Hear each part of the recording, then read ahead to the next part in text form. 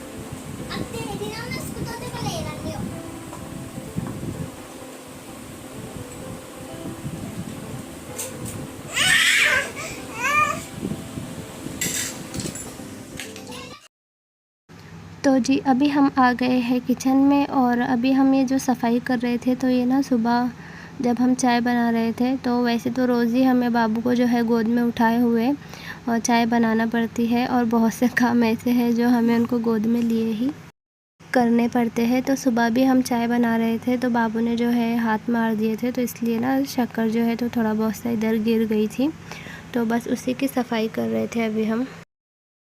और आप लोगों ने देखा ही होगा बाबू की शरारत, तो बाबू का बस ऐसा ही है। नाज़ुरा चाहे कोई भी चीज़ ले, बाबू को बस वही चीज़ चाहिए जो नाज़ुरा के पास होती है।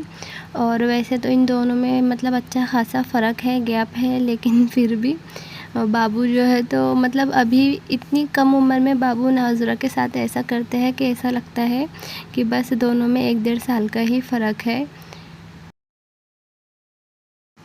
तो जी आजकल बाबू की जो शरारतें हैं वो ना बहुत ज़्यादा बढ़ गई है और उनको संभालते हुए ना घर मैनेज करना संभालना मुझे भी बहुत ज़्यादा जो है मुश्किल हो रहा है। और अभी जब से बाबू की तबीयत ख़राब हुई है ना तो तब से कुछ ज़्यादा ही मतलब वो चिड़चिड़े से हो गए हैं, मतलब बहुत ज़्यादा ज़िद करने लगे हैं। बस जो चीज़ मतलब देखते हैं तो बस वही चाहिए और ना दो तो फिर रोने लगते हैं या तो फिर अपना सर पटकने लगते हैं। तो ऐसे इनके नखरे शुरू हो गए हैं। और अभी वो ना नाज़ुरा के साथ जो थोड़ा सा खिलौने खेलने में बिज़ी थे तो हमने सोचा कि रोटी बना लेते हैं फटाफट से।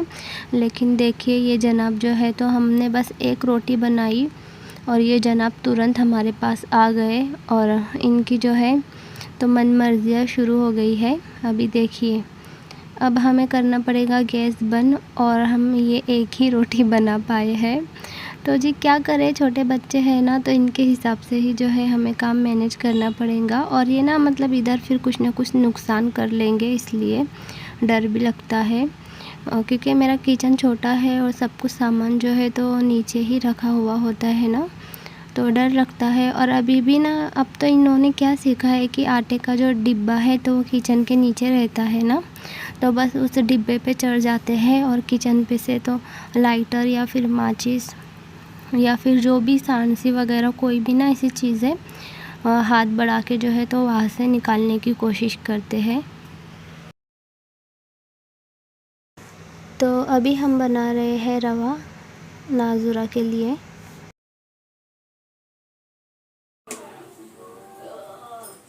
बेबी बेबी बेबी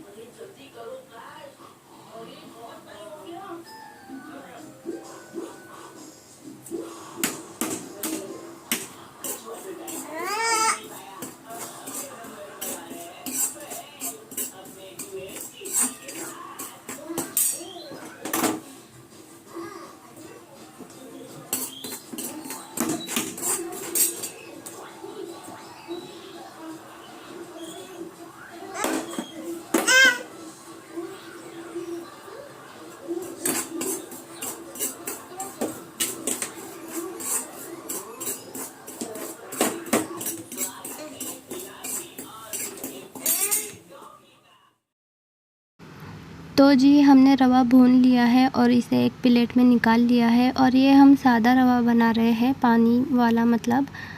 वैसे तो हम जितने चाहे उतने तरीक़ों से हर चीज़ बना सकते हैं, रवा मीठा जो भी डिश हम बनाएं, लेकिन जितनी हमारे पास मतलब सामान वगैरह ज़्यादा हो तो उस हिसाब से हम बनाते हैं।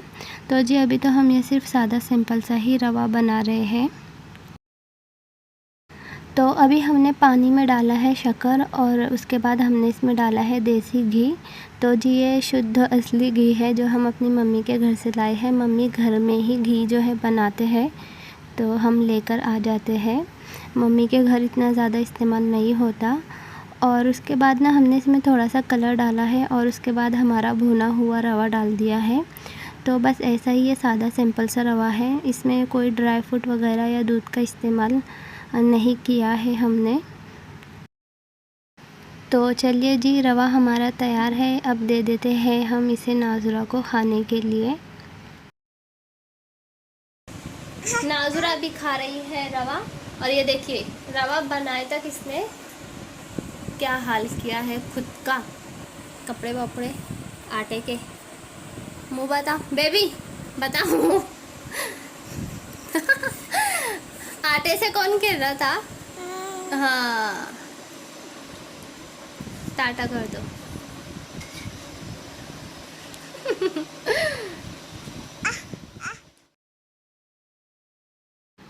तो जी अभी हमारी शाम की चाय जो है वो तैयार है। तो चलिए आपके भाईजान को चाय दे देते हैं और उसके बाद हमें धुलने हैं बर्तन।